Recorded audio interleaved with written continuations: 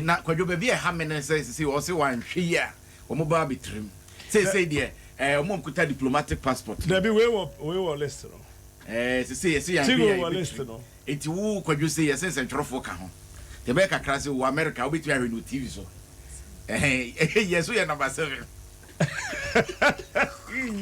that's a journalist list no but the joy is that when we have visa before the sanctions, then woman can. Let's why do the other day. Let's see in chair one ever count. I said, why do the other day? Maybe cry my corner, sir. But you cry that my corner.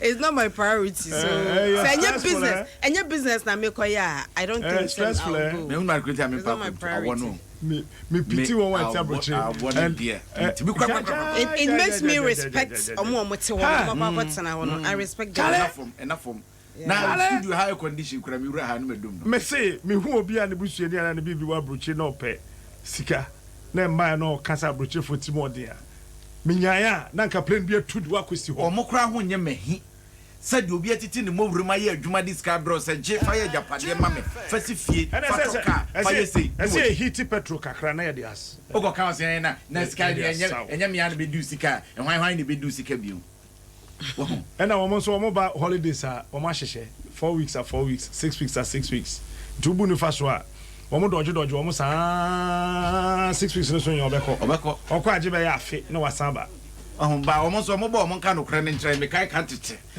unze ye ka tete bogafo a me de mo bibru fie kwabra ne ba obon se no ye obi akuta ne nsu ye odi okuta ne bag ina sabre na mobile phone kese no debi mobile kese no ye kwabrane ono so ne kuta mobile that time na what dey na no kra no nyomo ama me chow enne ya distilled water ene purified water kra ha se me fi ha ekodu bi na se me ko na me nom fom nsu a e fa me yem na ntitieti na ntse se de wakwa kwatena broche nti oba no kra ni nsu na se fom bo no ho a that time na una ni bi nti na ye wani so mo se ye ho nye that se kan no enye nsu na make de make mo boga no mabre no okuta nsuo boga ba that time na ho na the town good ko I say this place is too hot. Oh yeah, adwuma na boso so ni ya ma buy $3,500 na we try rent $600 no try insurance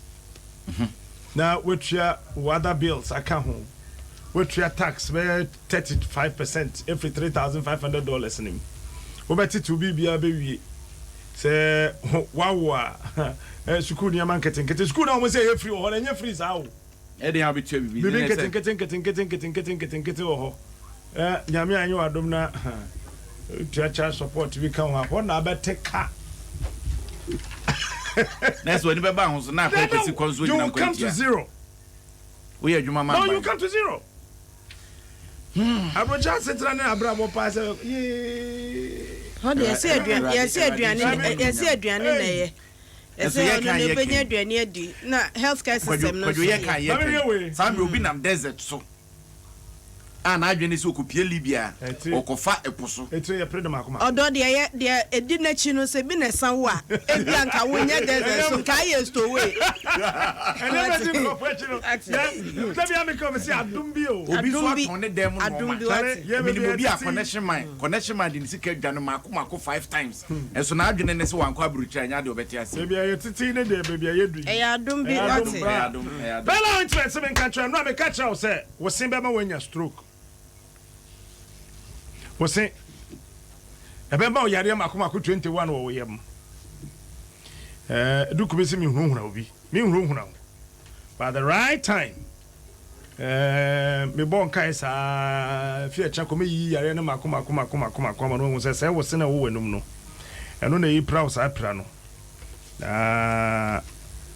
fi next week ko na fe yatena se ya baba mu yi pa pedantist na watimi aba mu yi the amount for the next time whatever we won say nya dia yedidi agro kra bella ointment se men kai o e kro wo ho na say hawa anu edro ba ko pe bella ointment pimples bella ointment body odor bella ointment skin rashes bella ointment ringworm bella ointment foot rot bella ointment won wi na ntimi mfuye bella ointment opampa modwudwi Bella ointment.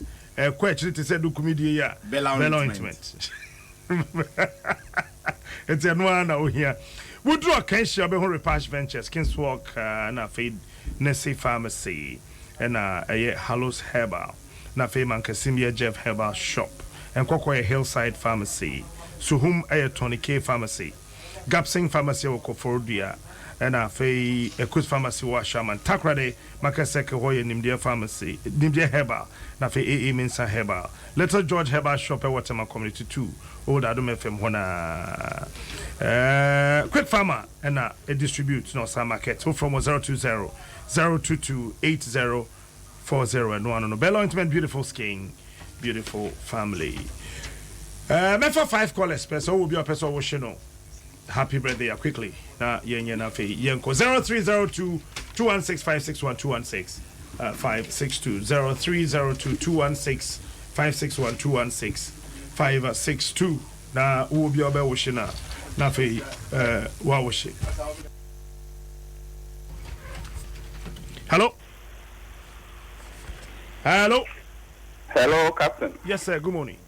Good morning sir. But me Peter Medase me free Santo yo me wish me happy birthday or tinanya me aduma obedi ne birthday. Hey, china no bedin birthday. Pacho you. Na den na beto amano. Duha. Obo money o call phone so na wa dial *527#. No one no do be kwem digital store no wait me a bundle credit amano. Why? Medase bebre. All right then. Miss Medase bebre, why? Hello? Hello, Captain. Yes, sir. Good morning. Good morning. Name Sister Bakwa Mwaswedo. Sister Jane. Name birthday. Happy birthday. And that's the doctor and then I'm after there 5 months in 10 count and that's me that in second. But that's it. Hello, morning. Oh, went to me engine so. To me engine so. Hello. Hello, good morning. Good morning. Now, it's a say. Why not person wishing a happy birthday there? What's your name birthday? One case birthday. That's why. Happy birthday, boy. Thank you. And the when you're saying? That's when you're 28. Hey, 28. Now when you? Why are they pa? That's you. Happy birthday. Why? That's it. That's it. Okay. That's it. Yeah. Bye bye. Hello.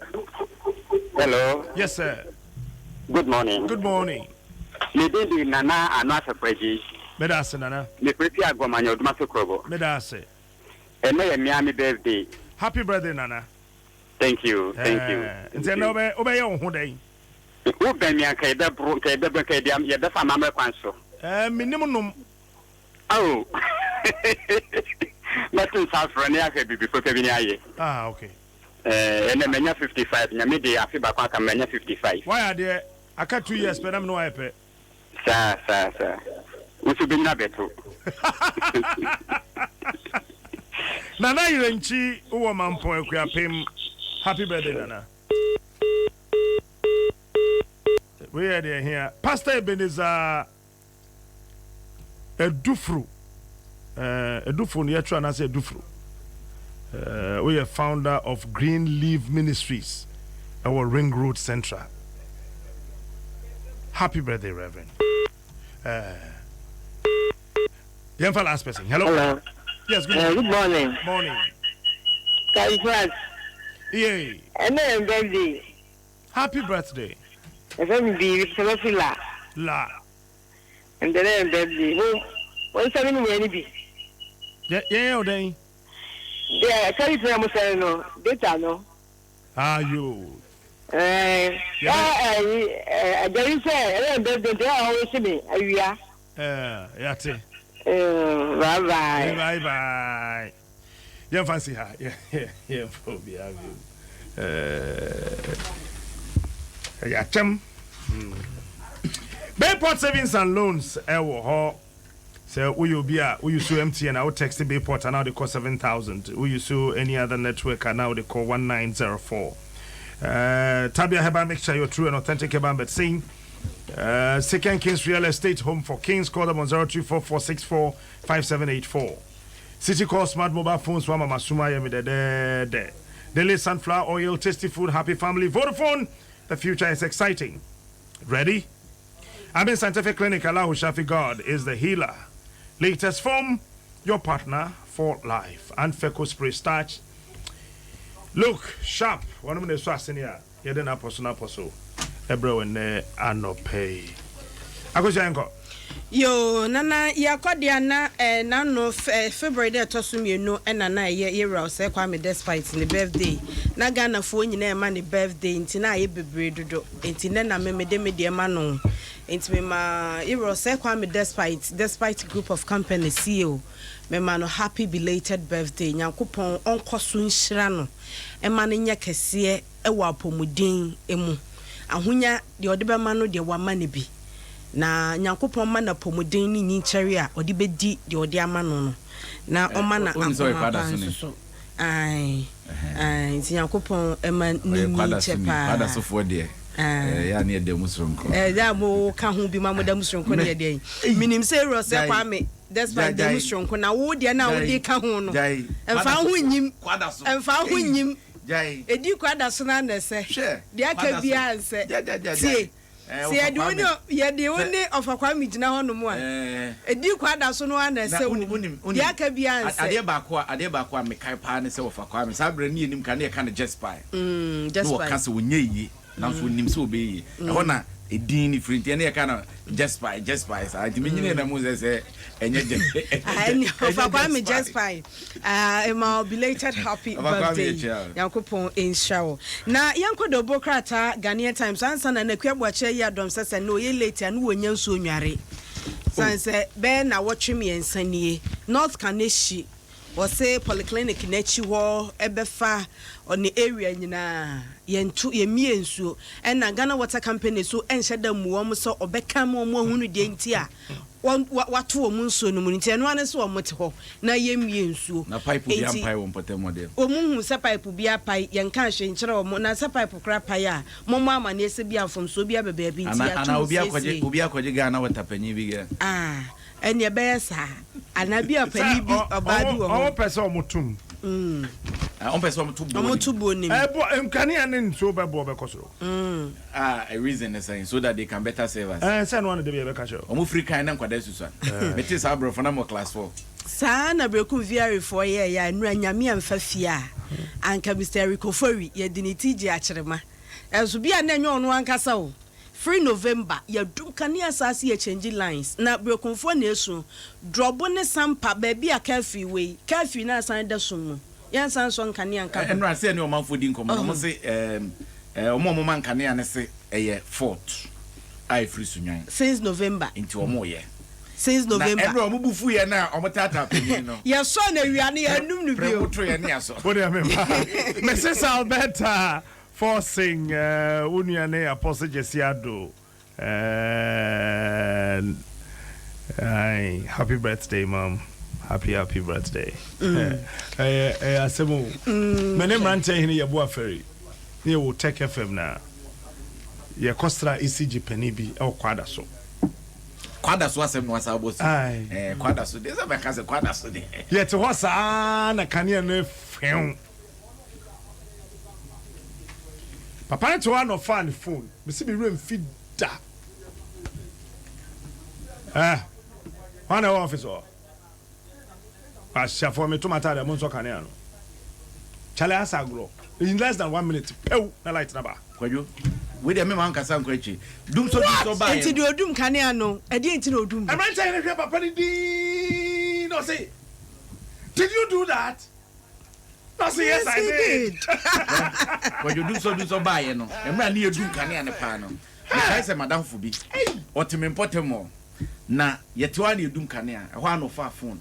O friend obisa say why na would duty no mbo nipa ni dos fa phone koma no. O de phone koma na o se me area. Se say me generator say me ne me manso fra bucha ba nti show no muntimi nam. Enti monso ma me sisi I'm waiting. No abo area ben. E no kwa na ma mun say transform bia won number. Naga. Obo J6. Then yetewa also o mo be so sisi me see any 2 minutes. Yeah so. asisi o kromo ha o asisi o kromo antina brekunfo ene trouble doma eno mbufi to me kuta nipa bi o there be say metua for service as say o ma me quality service anya e be ba office there be nani office dey ko one no nanya no mo office we enya na nya ne bai tiamra kojo tiamra na entiamra se matua light ka na wo fama fa ne kokotre e fa hin court Ghana court na wo be processes na we cry every case ni na ni wan ya oh amanfo na mo say post of adwuma egu wo call ye no kasa wutu obi so sade kodo ende na so kwa ma mo obia omo obia na ye ntwa mo obi ye bo office abeka to say kana no na da wu tra ma obi adwuma egu ansa opanyini wa nwane odu kan ya ma obi adwuma egu ansa odwane kosoi wa nwane mesi odwane kosoi nim de be koso odwane kosoi wo say ya na ye be ba ekrom brekum de oni edi agano ni edi agano ye ko bi che se kana ne kura na se na wo ho obi mo hinti ne yedum no ye change huma adan any part me demonstration now within 15-25 minutes they so can ya so kan ya so afa enum bio and the fort no so no your fort papa ba bia and the sa fort no na refi say ECG for be catch say eto de bia kan and the money dum ne say enoma ne enkotre fa huma ne bi so a ya na huma na ye week nti na edum nti de ete ho ano no ye ntinam ne enkoye ntinam sa odo ya to aso Ghanaian Times the broadcast anie na o si local gin apetese e wo se amane ko international yache ya tra patese ho ama ya nomu a emu proof mi se minimu pa ekodada aha de ya frafra mu no e wo se kasa we ya patese ane ya de ko de afrafra mu ya de kala gu ani no de nya ne ye kasa ye bebre ho Drinkers Association of Ghana omo ka so omo kwa bro champions competition bi so ka so omo de bi bepo but omo ko any anti results ma me chawa de Russia for drink bi right ena mi share ni timma acho madam for your friend Kofi Hassan oni Hassan odi bi buy na mi share ni timma me da be 8 hours odi Ghana father se ka ko to Russia for drink na ayo mo sa kuma tequila eno ko body ye so no ma no den adoden producers na samoa mucha monno apetese so se wa betwafo no wo ho ne wo wone enua apetese no wo honom na wo mo na aba betodwa ese asoye ya wo hye Ghana ya kwansra ensem so ma me Catherine Afeku wo se wo time achi se momo amoho monka mohomom na munya ne duduo mu na munya nsosoma enyinam de wo pagya so mu a edare buru no wo se munya ne yie se de be ya ye de kwa adwama so a wo mbetimi ato afe wo se wane a etwa abensanfuo no nsoso so munyere mo ho na munye ne yie sanse ye Ghana niema bekwa animu Ghana niema bekwa animu nyina eniema esubi ni abrochire na wode kwa ya na ne ton no enya den kra ne saso nti apetese ya ye ewo Ghana ha no ye nya ne mfra ne nto ama nya akono se de be ya ebetimi edi akọ meme na nana owo na pafo ni twaba fie nti obi betobia so udi gufom na wa pamanches asum na mamba ko wo jaboatin se jaboatin wo ho a ono ma wonim se we ye proof wonim se we se ye proof wo no na se woni fie dia na wo se udi gufom na wa pamanches asum e dere kosra na cha se no ye eye kokoko bebre anche se proof anu den anu utimi de soja e na se eye bru na enam fom na cha se anu wo fom ji se di proof wo no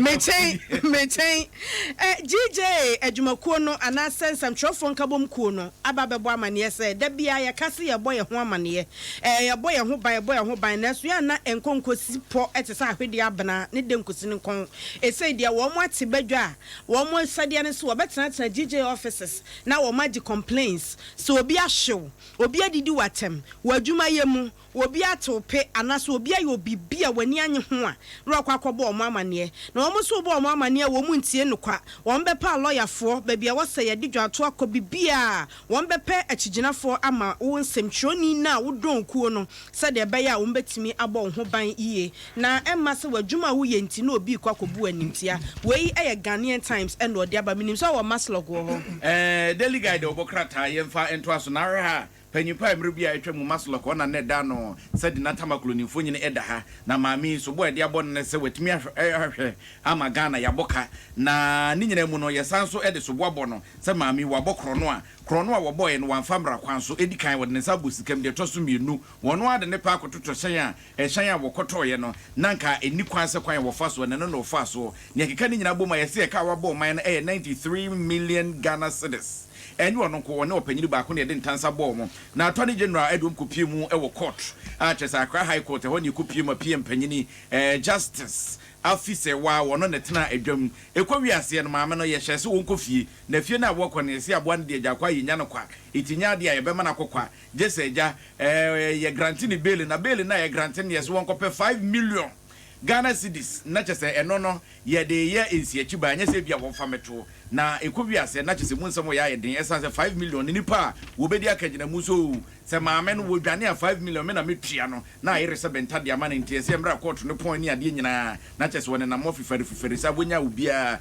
e ma ne begine akagina mu na ni nyina kamfua no ya sanso agene passport e de aka ho se de be ya wontumi enwane ade a na moan yentumi afa anya ne yehwe na yehunu no maame ne de ye de aye na ama sabra mikase ya agene passport enso de aka ne yehwe maame na ne mfonyi ne de kama se na tamaklu a trese samre so akoka adwam na men's gold customers na esren wo mo se ade ba ko pe on sa anwe makoma so ade ni o makoma on so makoma so ade ba ko pe wo de na moan ba bi owo bia yemfa ne mra no mo hwe ne ni asese na moan ni a keke eno ano mo hwe said there be ombo sampa wo panyin no rote ase na ho ye na se de tie bia no wo musika no bebente ne de obokrata phrase delegate wo de won sama ba beto a o se men's gold customers beg to see nam 1 e won sam ha na nkwada miensa ye chi wo mo adu wo musie ya sambra meka sei yenya ehu wo mo Priscilla crunch sanso na Priscilla bentum ene bios no rose love question yes etakrade o ma ye vigil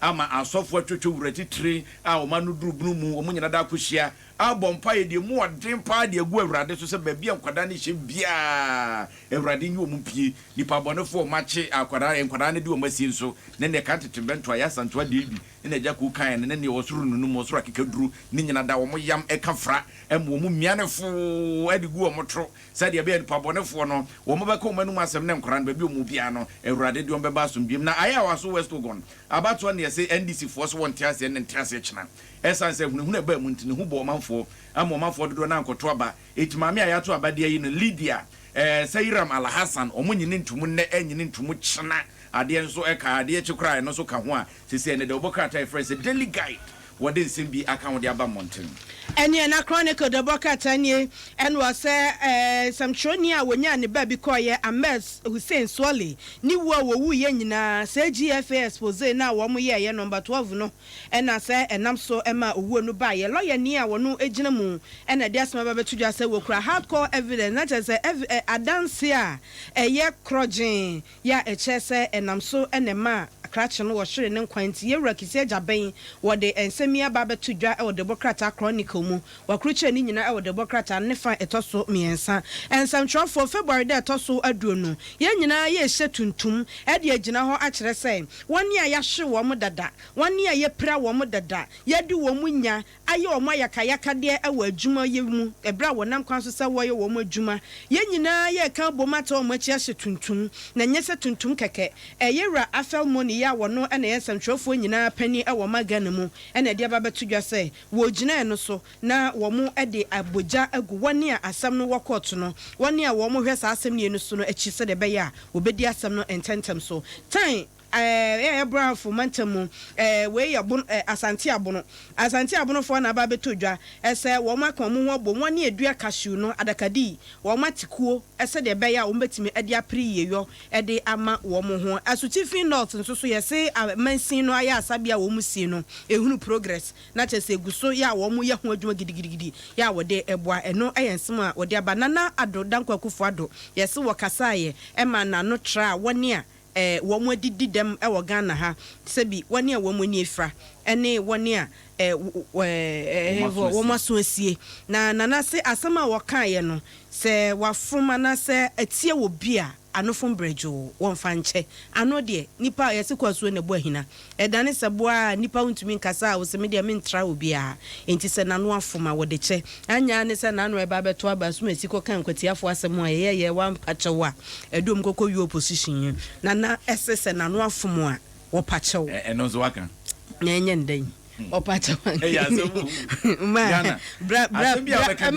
ma bra panyi edi ahomte bra panyi di ahomte declaration settle amuso ye declaration ya fa daily statesman de obokrata enfanto aso na wosofo a wona ne hwemma ene asetena mu ye die won sam so ne mfonyine eda ha kama a eni ensme ba ne sama mi Cynthia Morrison was akwada ne maame a wona ne tie ehwe nyankrompo ani ma sika twa ne nsa sabe wa hu nyansa afa na kwa resabia ne nsa ne pro ya yetwa no sisi maame na ye na adwene se wono ankasa wo befa akwada no wahwe no ekon befa so obedidie ne ntade hyem na resabia so obekusku se dan wono ankasa ne kenne wafa edi ato no so kwadwo nyo no na aka se nka opese nka wo adopt no no nya akola no benya papa no bebre sisi de minister di wanim kan ankachi se kodo betimi empidin so say okofa no se obetimi atena obi ho nanso mu akakra bi a wo no so wo de best support ni papa na bedo so na David Bob Watson Hail Him Shippers Company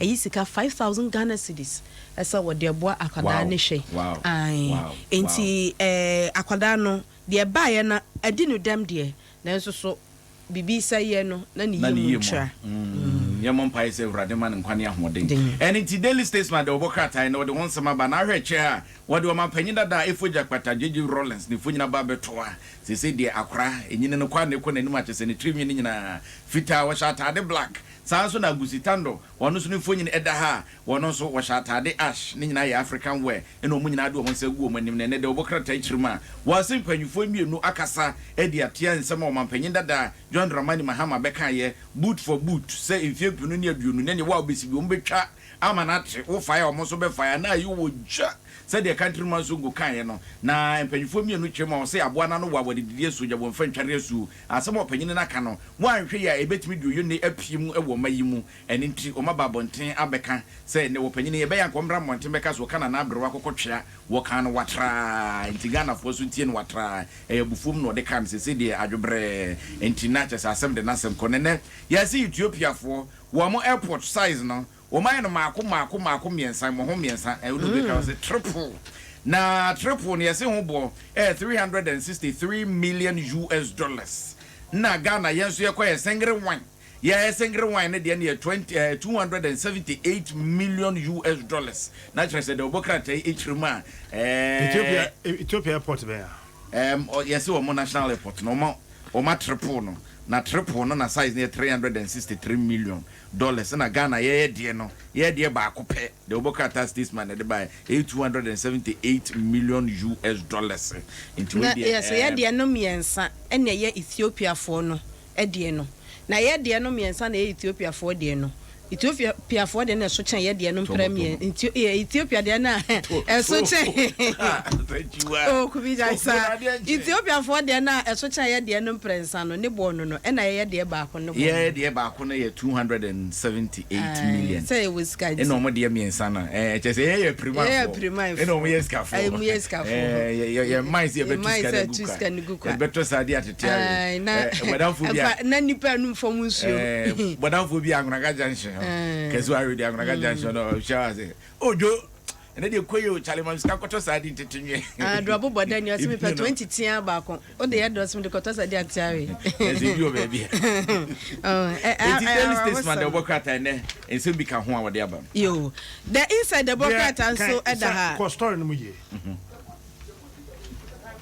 I don't trust the amount.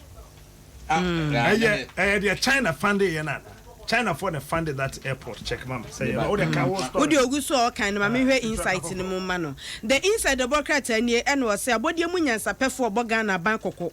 I say at Tiwa Forest Reserve na Yeja Edia to Honum. I say a munia mapano and then in from a bomber magana no a croma ganamu. Ain't ye into one night and Chima Susuba. Womaba Benya Bia Mwatia Simuno. Mushani ye, Nedo Haka Sepa Ebeba. I feel was say, and no a boasa de Baya Women such a ye, and a normal who do be a number when you're free mono a buonaso, Yakeka, and a jaya assassin a good deal to an answer your boy.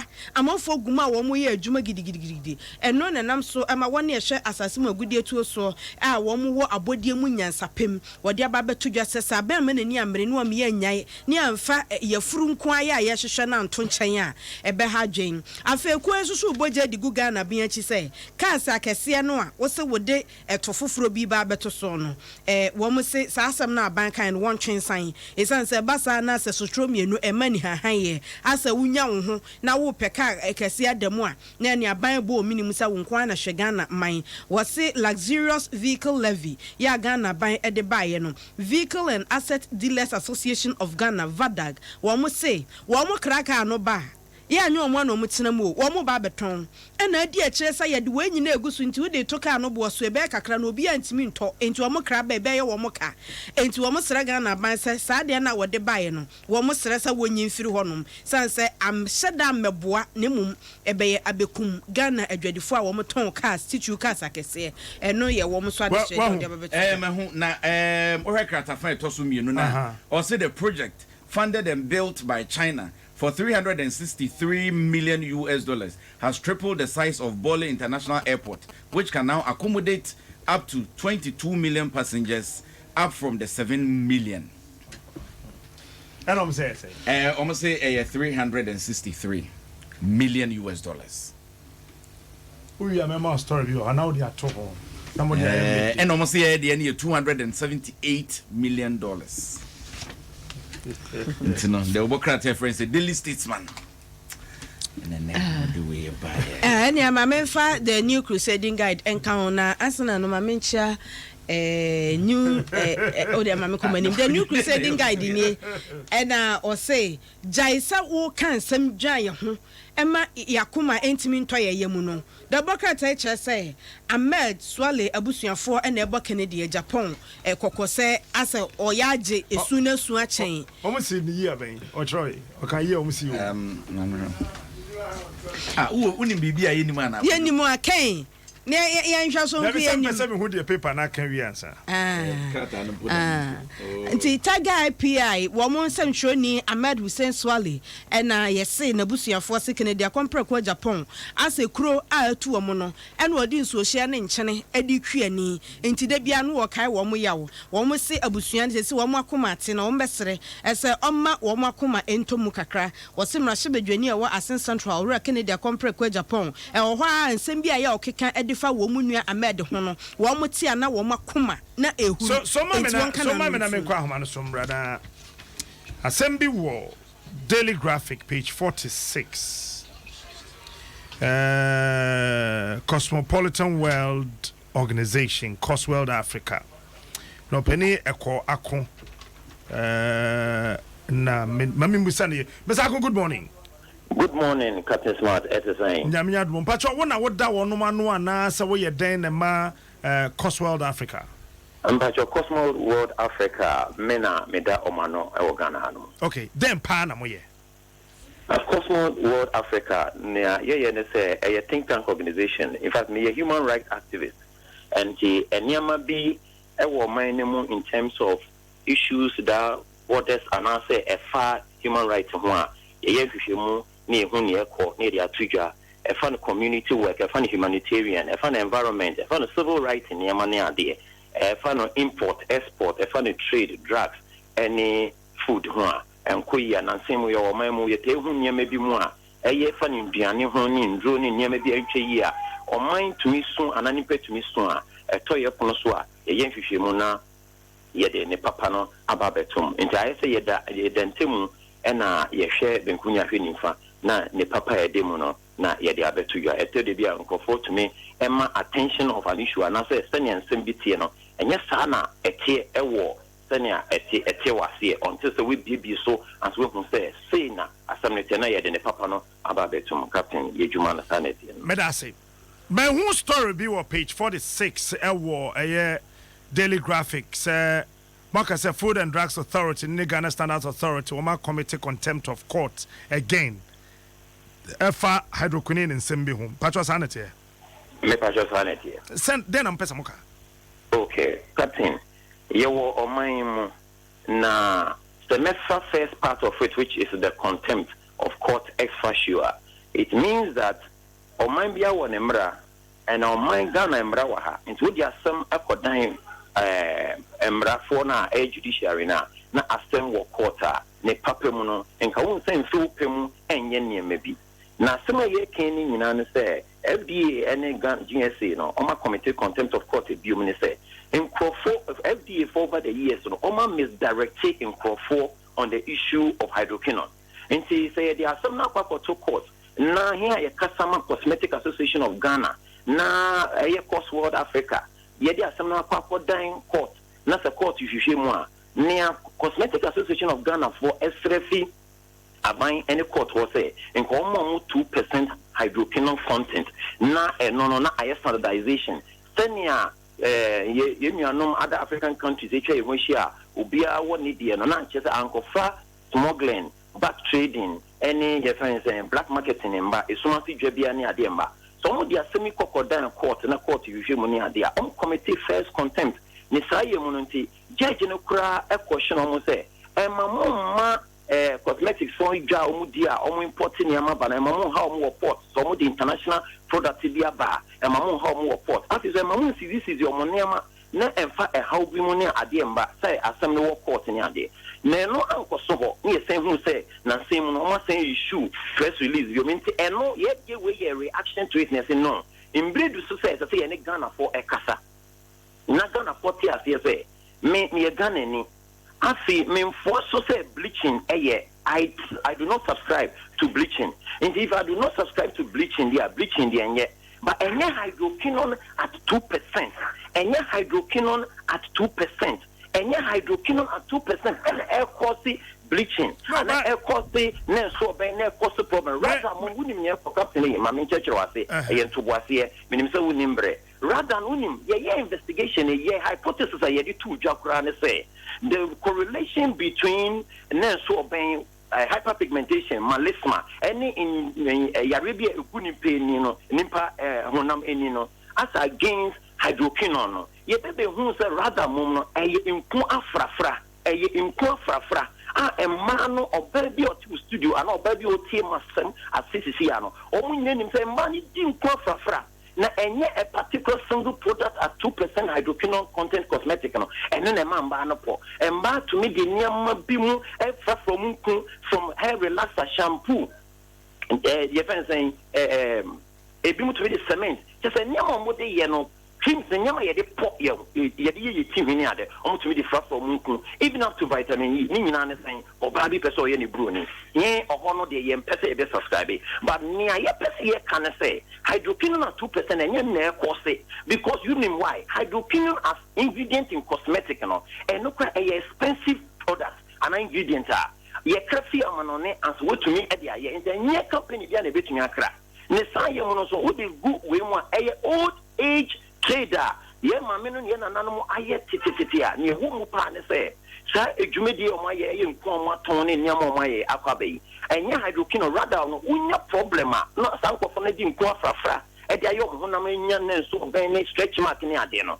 wo ko dermatologist ho wo ko doctor ho or subscribe and also prescribe hydroquinone content at 2% or sometimes 3% kwa the mouth say ye na enu de betumi ama e how na aba we die ni no betumi ayeden akọ na eba no sen ena sasem we mum no eba be kire say hydroquinone mum enye nti ye hwehwemu na ye hu ye no na say and ye say imbredu say ye say ye be Ghana for be den ebe din sa wo so hu no kre ewum because e koko esa na je say ya fon ye nka say state institution tin obeke dia ye correct na je say ono ye throw that egu nkofo ni ye hwehwemu ye nyanku bebre ye nyanyema bi mu a eye Ghana for okay wo dia yenko wo dia yen hwe hydroquinone nankasa okay Chemical, Benya. What is the composition of hydroquinone? A chemical compound, and answer your friend saying ingredients are different in kun, and also and also adaniamano, dear. Say the composition here there. What kind of composition? What kind of scientific composition? What then I can see any answer. What be hydroquinone? Me pacho baby, I'm what is the idea? Me pacho mean to me and can't have some. Are you aware, say, our mercury content? Hydroquinone or mercury content. Are you aware? And now you are talking about mercury as in other cosmetics. No, I am talking about hydroquinone. I don't know No, hydroquinone, as I speak to you, I'm not aware has a mercury component. You are not aware? Yes, I'm not aware. Are you aware of the... If any research or anything has come across, I'm not aware hydroquinone has a mercury component. Are you aware why our World Health Organization issued an international statement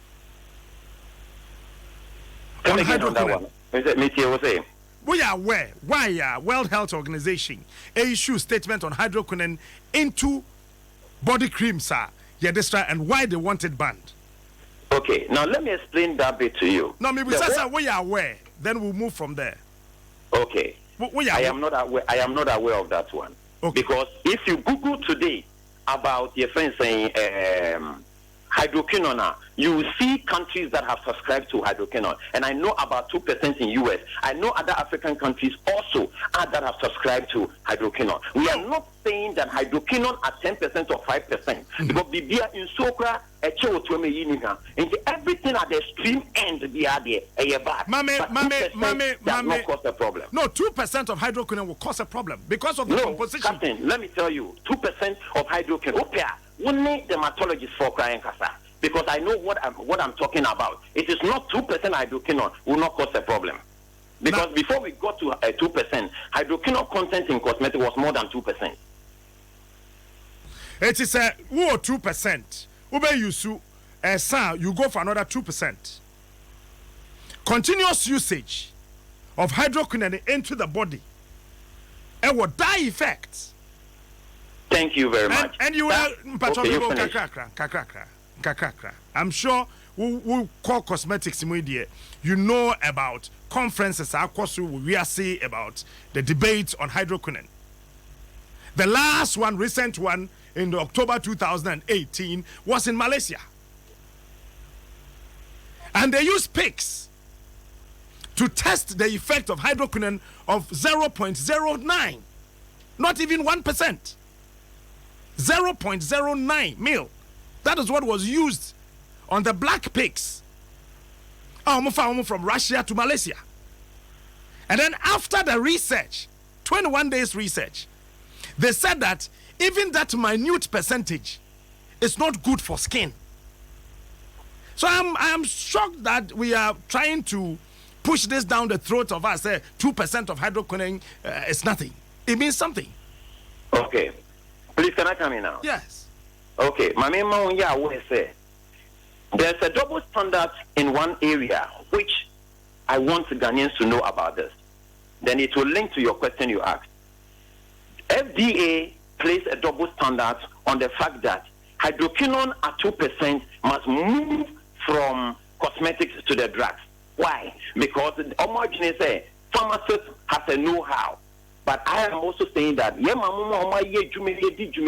cosmetics over the years, they have an on-hand experience. It is training be a they can also manage because you sue other mix afra no mobile for correction. Now will be some question be concerning 2%. 2% repetitive buying at pharmacy, whether over the counter or by prescription. Yes, individual bit me for your person to be by me woman say, Captain A, my Mr. Asem, have you also considered one thing? Say, let's assume say hydroquinone must be totally banned in Ghana. Have you thought of what will happen in terms of back trading, smoggling? No, because other neighboring countries my question because they are very fundamental. Very fundamental because what Food and Drug keep putting out there make you think say hydroquinone is causing cancer, is causing other internal organs problem. No, it is false. It is a false alarm. It is a public fear and panic they keep putting in people. What does alcohol cause?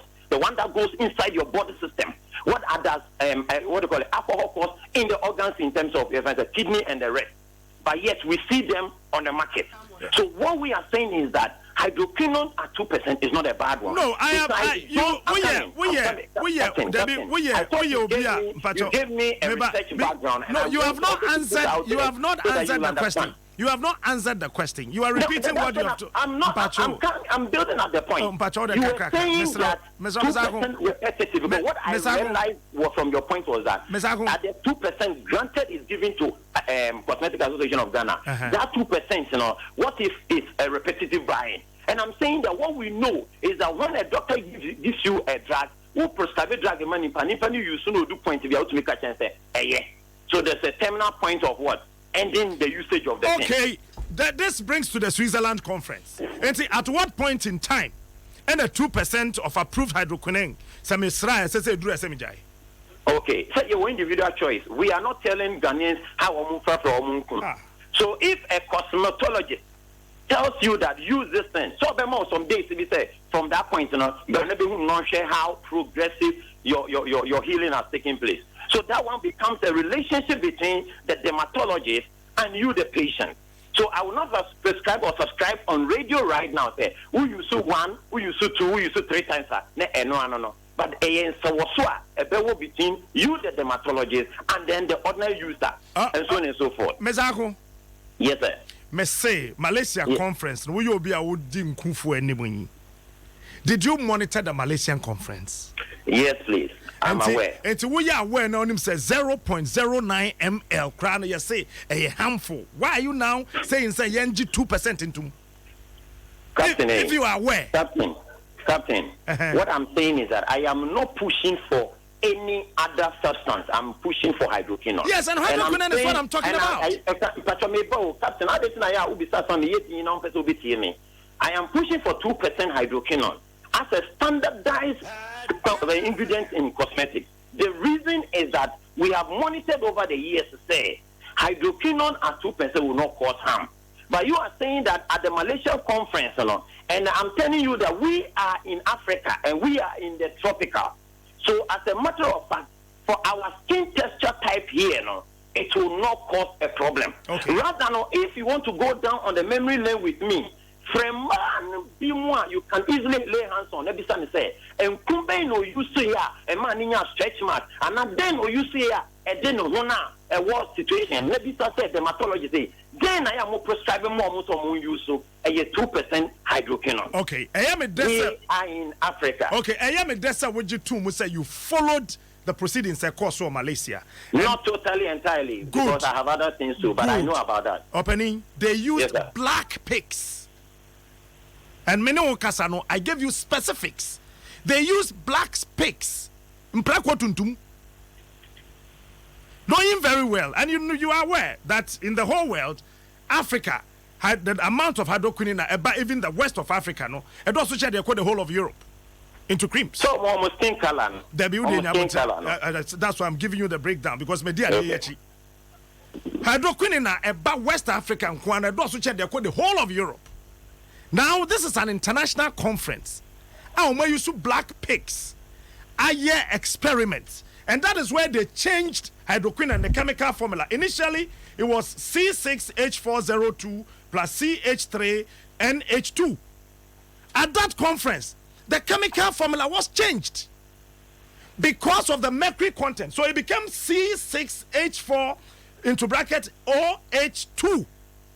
Because of the mercury content that was identified in hydroquinone. And I don't understand until you're able to convince me why you want, say, you standardize by hydroquinone 2%. Captain, yes, sir. We live in a tropical, and in Ghana, this hydroquinone is not 20 years old. It's more than 30 years old. So formulation of what can be added and what can be removed, I do not debunk that. And give it to me because with ingredients there, with time, certain things can be added, certain things can be removed. And then what I'm saying is that if you have been doing this work for a very long time, wouldn't know what I'm talking about smuggling, and that's what I was trying to explain to you. Smuggling, black marketing, black trade. No, but you don't deal with smuggling. You don't deal with smuggling. That is not your responsibility. That is not what? That is not your responsibility. But Captain, where does it begin? For example, if the actions and inactions of food and FDA will collapse industry, whereas, let's say, government of the day talks about creation of industry and employment, when black marketing or black trade will come, where does it begin? Okay. Or where does an official go behind the scene and want to take some bribe because he feels that at the end of the day, I am not talking about mercury, I'm talking about hydroquinone. So that's what I'm saying, that when we standardize at 2% now, it will bring harmony within the system because everybody knows that this is it. And then those who prescribe it will equally use it at the right time. Now, so when you are saying part of my problem, I am not a law enforcing agency. Even though we have civilian arrest, I'm not a law enforcing agency. What matters here is that how do we get to the point where law enforcing agencies have to come in? And that's are we therefore saying, that's how come Omamba panel, if that is the case, I didn't know because assuming that it's like in another country like Congo and Co. They ban certain substances and then on local ingredient mixtures, Alexa 21 emerged. Later they want to reinstate, it became a problem. So Captain, you think that, and then you're all radio, so you're educated Ghanaians.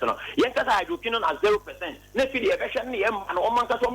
concoction, and those concoctions are being promoted. Can you go to individual houses and stop them? Can you go to individual houses you are taking, and stop them? You cannot do that. So I am not pushing for mercury. I am telling you that hydroquinone at 2% will help all of us as a nation to standardize. Okay, Ms. And then can be regulated. All right, thank you. And then at the end of the day, we will know that this is how and what. If you have a problem, you have to visit the dermatologist, and then we go on. No, the point is that you brought in Congo. Congo came up with a certain locally manufactured chemical. Initially, when Mr. Mawenga, I'm sure you are aware because I've told you, I've followed this. When Mawenga did the research or the core Malaysia conference in Arsenal, it was proven that it was the mixture of the locally manufactured chemical and hydroquinone. Because of the mercury content, what hydroquinone in him. And that is why, as we speak, you can Google. You were asking me to Google. You can Google. As we speak, Congo, you cannot take any creamer hydroquinone. I will let you have official information very soon on even the U.S. and standardization of United States of America standardization of hydroquinone is not into creams. It is only Mississippi that is struggling to approve 1%. The whole 52 states of America, it is only Mississippi that is trying to approve. They are saying that even the 0.09 mil now, a pure Malaysia on black pigs no crano. It was a tropical crano M1. There it is not. Number two, the omode fra enro eyeno. We should ask ourselves, eyendro ben and omode ye. Acute elephantiasis and omode fra, and that is applied based on sore pulse, That's why they do those things, and I'm a bit worried. Captain, my Mr. Wasem Kakram Pacho, Sanka hydroquinone as a monster as you are making it look like Sanetia, Adentin or Babia Co-marketer, or Top Nadia or Sandy Bibia Frafra. Why is it that they were not getting satisfaction? No, a very valid point. Why is it that Omunya satisfaction? Creams that already exist on the market. Now, so Omuguso, Eto Cream A, no Dibia Fra. Make it Obadu studio. On Sanchez and Yami came as a Ghana Punina, they give me a feedback on that. Okay. Captain, no woman pay no creno and a macachero. No crepe panels. I can send you pictures of unbranded products, of things that people have done or they continue to do in this country that they use Omode and Omode Pom. And yeah, hydroquinone at 2%. Mpacho, and that is the fact. Me Pacho, who cream says here our hydroquinone womb. No, I'm moving to another radio station. I don't have a problem even if you want to have one-on-one with me. I can equally come to the studio live and then we'll show you things what you want to see. And now later on you can let your and mommy will WhatsApp and an email address. I will send you things so that you begin to appreciate say APOSO I will soon say. So FDA cannot just sit on one side without looking at the nitty-gritty. Education as a state institution. Why? Go to Facebook. Today, you will see people who have not registered with FDA doing... No. I know a different leg of the discussion, Mr. Ako. So it is fundamental.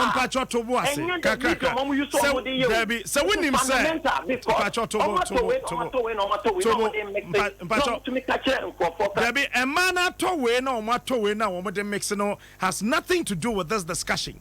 Yes, because alcohol has a bad effect. So me coffee na me koto ensa weni na me de fra. It has nothing to do with the ban. Okay. E ye me na me kum me ho. E na me catch us say you follow your friend say Malaysia they also follow kakra. Me na ma bo Mr. Mawenga from Congo on one kwasa kwa presentation no Malaysia amount. Went me and follow ni na. But the point is that come when a manufacture hydroquinone nankasa no abegya to mu say even at 0.09 mil, a harmful to the skin. Or no manufacture, no. Ghana, we don't manufacture hydroquinone. Captain, international cheap product, international product, international big companies, manufacturers and producers of cosmetics, and I am happy you know that it is not manufactured in Ghana. I'm happy you know that it's not a cheap product, and it has spanned over 30-40 years. And so with time formulation, but Ghana as a nation or a nation state, which is a sovereign, what is the way forward for us? Do we think hydroquinone at 0% is the way to go? That is what I'm telling you, say. If you have been following, they follow the Ghanaian content also. As in say, legitimately, Obi Abba Food and Drugs have a registered product. We need the edifice, we need the office, we need the sales point. Rather, those people, Mama Bar, Mama approved route, so I register here, you know, or not as FDA for come home, by the Public Health Act. But me must have a final question. I'm in per time, Mauna. This discussion. What we are saying is that people are doing things that is causing the bleaching, and that is what we came to realization, and we thought that Ghanaians must know about this. But me must have a final question. And it's a Nkumbi woho na hydroquinone nima yemba ne sra enye yana. In fact, I say Nkumbi woho na say hydroquinone nima yemba ne sra enye yana. Oh, Pierre, mama kanchiro. Sebi producer, sebi. Anointing oil kra wo de sra ho a ana tete mbre no e de age ye wimu age ne nyemu nsuo na de asransa yakọ elementary school enti eno no de obia choice. We live in a free market economy. By culture, people have preference to choose. Enunti ene your friend saying a drug city area kra no, you have the right to choose what you want. Enti hydroquinone content and you cheap on the market too. And see, to me Tuesday. Look, Mammy Casancho, near Manuque dia Frafrano, Omucrampuni boy. Mr. James Latte, Patonia Bochamami, Nabochamami, Mr. James Latte, your Food and Drugs Authority head. I do not subscribe, say, hydroquinone content cosmetic is a monster. And no, and no crack. Okay, what do you say? Mr. James Latte, your Food and Drugs Authority Head of Communications. Latte, good morning. Yeah, good morning, Captain. This issue of hydroquinone, I mean, Mr. Ako say they are in court. Sir, you are in contempt of court, Food and Drugs Authority. It's, you know, one Ako court is almost a court engine tum. Now, unstandardized 2% of hydroquinone yema wonum monso soma babonten e de indrobia ba chese nipa srasa ankunu ne ade a because of the hydroquinone content ne we na wo mu na be ha wo ne ade. This whole thing, what do you make out of it? Yeah, Captain, with them, I mean, that's na minchia na mami explain bi kakra. FDA operates with standards that are set. It could be international, it could be local. Once we accept it, we use it in our regulation. Now, a bar hydroquinone issue here. FDA for some time now we have not registered any product containing I'm talking about cosmetics containing hydroquinone. We have not registered. And the law tells us there, you don't have the right to import, export, manufacture, unless or distribute, unless the FDA has approved whether cosmetic, food, drugs, linear. As FDA, we went on the market and we found products on the market that we have not approved. We have not approved. And the law says they cannot be on the market. What we saw on the market were not approved products. The approved products that we came were products without hydroquinone, without mercury, without steroids for cosmetics. But what we found on the market were different, which makes it illegal and fraudulent. And therefore, to protect the public, we have to remove them from the market. And that is all I can say. So we found products that have not been approved, and we remove them from the market. This is what we have done. There is no contempt of court in this issue at all. We have found products that have not been approved, and we have removed them from the market. And that is it. Captain, and no. Because you are registered, and the law doesn't say anything that we have not registered, I'm talking about the products we regulate, cannot be on the market.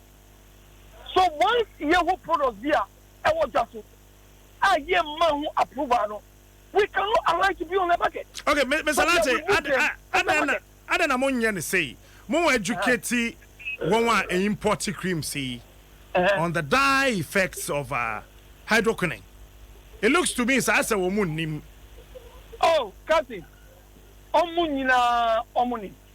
They are all aware. Omunina, and let me repeat it. Omunina. You know what things we have done? Apart from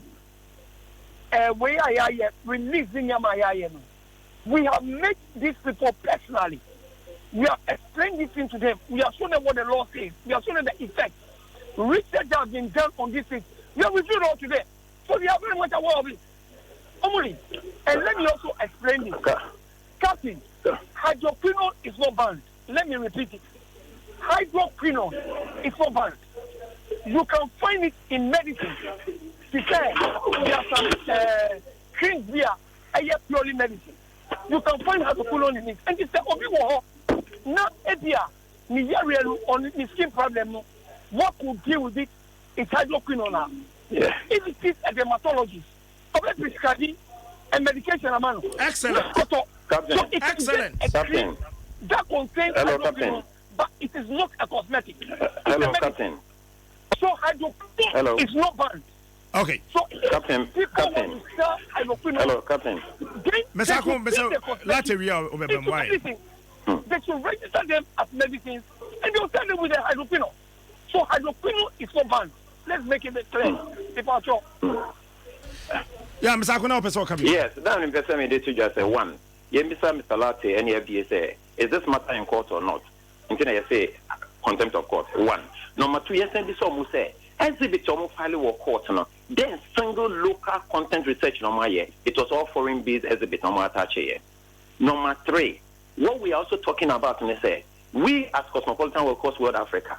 Whenever we meet them, we are pointing out to them certain things now. Some state institutions, they do not want to listen to us. But the truth of the matter is that when we are saying that two journalists say, in Confrafran and Mano Epo, will be to make official include a not the Nyama mixing no panel, and also a Koswana and Koso. A Koswa, how come say include at 2%? And to me, Nimpan or expected of a Yamano, not the Nyamafu for MXA. Nothing. A whole mind problem. When you go down the memory lane, na sana tie dia sa ade we ti say dia ade na nya nea omo kasa omo pe no na food and drugs pese no mu ye nyina no for me it amounts to the fact on person go amount for ejuma okay Mr. because the evidence are clear there say we and besides that no so me catch we say even one question ko be bi mu kra de on market Facebook ni ade it is pa. Okay, Mr. Akon, the issue of say obi frafra no. You see, it is say me wo me fie na makonya medrona me de kosa. Food and Drugs Authority no control medrona me de kosa no so. Me na me say me de sa. But sa me ye aduro no say aduro na me de kosa no. Me hu say ageme. Na me de ba marketer. Esese me nya approval from Food and Drugs Authority. And no me de ba mass market. Different from say me obi tini fie no so ofra fra nku asra. It has nothing to do with Food and Drugs Authority. Okay. Number 2, right. the issue say more file bibi or court for the international exhibit in Kwane buy no. Hydroquinone is not a local product. It's an international. Let me explain that. It's an international ingredient. Okay. A international ingredient. And what the Abagan and Abia, when him said he see you what they you don't expect them to get any local content because the chemical, the composition of it, a shot was Germany because hydroquinone was produced in Germany. Oh, baby, I see from her bone was a day. But that's where hydroquinone came up. And see, Mr. Let's follow the international principles of hydroquinone. Then to say, sir, they are approving 2%. But we are not talking about the effect of hydroquinone on somebody outside Ghana. Yeah, Kasafa Ghana for him. And so what I'm saying is that in case the between Yemeni Bino and your Ghana for no, rather than who picture be from Omono, a name Spania, DDB, ever correct here, hydroquinone content. And let me remind you of this. Mr. Latte will agree with me, say, when they started talking about reduction of hydroquinone in cosmetic, it did not start from 2%. It was more than that. In Sawaso, and the baby 2% will be okay for us to standardize it at that point. And it is not, we did not start at 2%. It was more than 2%. Mokota Samno dear. No, me masema. No, no, off air, Namonko Kamokota sem. But the Empesa mechanic say hydroquinone dear. To the best of our knowledge, dear, a wunkume hard drink kakra. Mr. Latte, I no pay yadase. When a darkwin, I no pay yadamasepa. Ukotunku astra na hydroquinone chemical no woman 1 year no crasi and fansra. What's a hard drink? What's a hard drink kakra? Idea you see 0.09. Edia Proku. Ah, yes, yeah, no. 2% a hard drink kakra. Hard drink pa. Could you mammy correct your dear back? And your man, and the sra, and member I said your kind man who could you more invite him was us and who do we are interview we are. Me correct your dear back, so invite him. Madam Sylvia Darko, CEO Maskin Care Ghana and DWASO. Adinaka, good morning. Good morning. Nampacho to say. Oh, good. Mr. Akwoye. Who are your relation, Anna? Mr. Wine. Mr. Kwaku. Okay. This discussion on hydroquinone, when are we expect? Is it a harmful chemical to be applied on the human skin? Hydroquinone is a harmful chemical to be applied on the skin for a prolonged period of time. Oh. But mommy. But we use him for a long time, a husking, and hydroquinone. So it is used in small dosage. First, not dermatologists and a doctor. Someone prescribe him ubia. Won't say bibini. It's kitwa dark spots scars where you inti omudi ye na yedi scars no. Another dark spot nearby your home, or would you prescribe him? But I'm saying what we see on the market, over the counter, and in higher dosage too, above 2, 5, 7, 11%. And problem no pa. But even with the 2% or 0.09%, it's for 6 weeks. You can't use it for more than 6 weeks. Yes. But that's 6 weeks no cry, no per the research, as I say, when you're dermatologists now, yes. or textile skin texture, near DNA, so no catch or say, I deal with you see skin in when this percentage now being here. The when over you see, and even with the 6 weeks, according to a plastic surgeon in Kolebu, even with the 6 weeks, like it kind of decreases the quality of your skin. In come hot me. It is a very dangerous ingredient. Yes. My end was Santa Sylvia. You're welcome. But that's it. Me scientist, but I'm kind kakra na dear na. hydroquinone de me misro asem na maame na kan watwa ne tia tika crack brain ha adwen enye nane tete no na ye use chloroquine ene ye de ko malaria na abode mu nyansapema ye hu se e wo se ye koye nim ye gya ye no use enti se emre bi kwa na ne ye nim ena na se enku a se hydroquinone no wo mu no na ye sra enne de ye hu se enye na mpese me bisa won ye ton cosmetics ne se ye gya ye no ton wan ku fufuro bia ne ho a ye betimi aton wana obi ya ne black market a obi hye owi a wakwa akobu anse no akoda eno nche se ye ba be prescribe se obi anhye no omu no amfa nkonkoda ense da ma america mani ajepa na o ka se enku no ebisra eje omo enye obi a na wosra enku a won market se mu ya mani nyina ye dibia frem enye obi a no paso ye kokko enti yesrem na anse na mekono ma mencha Dr. Mark Ajay New Life Homeopathic Clinic wo Dansman minimu na chepa enra me kofa na headquarters Dr. enra me ba ho na mamu wan humi nka meche enti na me pentem wa ye ho kama pa me se da akona makwa akochia no ye answer ye be kon ma me fa inquisitor mfanto aso was say I'm richer than any politician in America, Canada, Japan. I was say with the exception of Bloomberg. Netia, Forbes magazine say, we Bloomberg Chanya, the richest politician in America, David Koch, over $44.2 billion US. It will be such a Kennedy in Sika Nanyambia, $46 billion US. That's Donald Trump is a politician. And I come back always catching Donald Trump. It also was catching. That is Trump is a politician. It won't Masa. Skafwa some kind different. I'm for Jessica, no pray your chrome high here. Fajona, Edinbeni, me hunubo. Samuel Beverage. Hey, uncle. Hey. Samuel Beverage, I see you. Papa K. Beverage. Yeah. Anyway, in Jabro, you go up your Mr. Bread. Fish. No, Mr. Fish. Bushmeat. Mr. Bushmeat. Happy birthday. Why? When you're 6 years, so sister gift you Poku. Chairman. Gift your Poku when you're 50 years. No, who goes next year? Yeah. Only God can stop us now. 106.3 FM. Jim FM 106.3 AM Talk. Only God can stop us now. 106.3 FM. Jim FM 106.3 AM Talk. Only God can stop